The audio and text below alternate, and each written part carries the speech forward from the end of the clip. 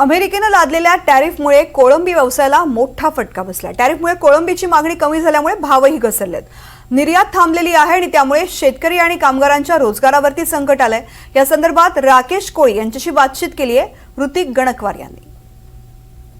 त्यामुळे आता त्यांनी पर्यायी हा स्क्विड आपण बघतो, या स्क्विडवरती आपला उद्योग वळवल्याचा आपल्याला पाहायला मिळतोय।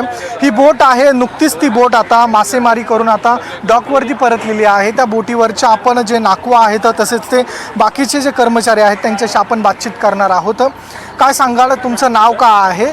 तुम्ही नुकतंच मासेमारी करून आलेला आहात या बोटवरती। कोळंबीचा सुरुवातीला उद्योग करत होतात, आता नेमकं स्क्विडवरती आपण वळालेला आहात, काय कारण? कोळंबीला कसं भाव थोडासा कमी झाला आहे, त्यामुळे परवडत नाही, म्हणून आम्हाला रन्नाला जायला लागते, दुसरी माळ्यावर जायला लागते। कोळंबीला भाव परवडत नाही, आम्हाला 5 लाख खर्च होत आहे आणि कोळंबीला पहिला पूर्वी 300 भाव होता, आता 210-20 भेटते, त्यामुळे परवडत नाही तेवढं। आणि आम्हाला कमीत कमी 5 लाखाच्या आसपास खर्च होत आहे, 4.5-5 लाख रुपये खर्च होते बोटीला। मग ते 7 लाख भेटलं, बाप्यानं काय भेटलं आता पावसाळ्याचं आम्हाला पण त्रास करायला लागते ना। 20-25 दिवस 15 दिवसाची, कधी 15 दिवसांनी पलट, कधी 20 दिवसांनी होत आहे, तर मच्छी भेटेल अशी आमची पलट होत आहे।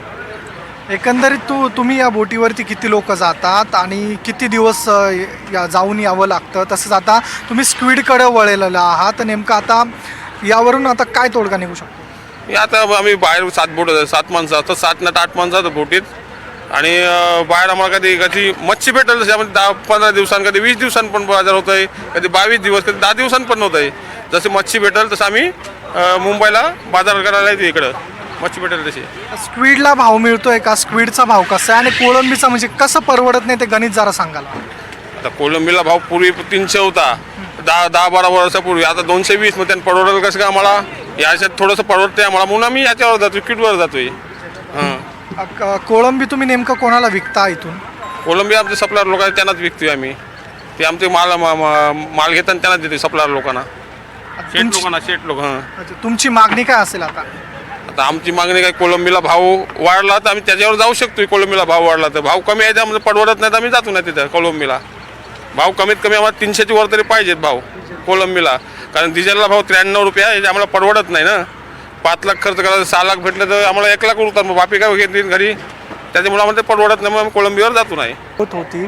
आणि आता टॅरिफ लागल्या कारणानं जे इथले जे माणसं आहेत जे एक्सपोर्ट करतात कोळंबी, हे सर्व मासेमार लोक आहेत, ते या ठिकाणी घेऊन येतात आणि जे एक्सपोर्ट करणारे लोक आहेत ते यांच्याकडून आता कमी दराने कोळंबी घेत आहे, जेणेकरून जो आपला हिस्सा आहे तो राखता येईल। जी टॅरिफची झळ आहे ती व्यापाऱ्यांना बसणार नाही, मात्र ती झळ जी आहे ती या ठिकाणी मासेमार लोकांना आपल्याला बसत असल्याचं पाहायला मिळतं।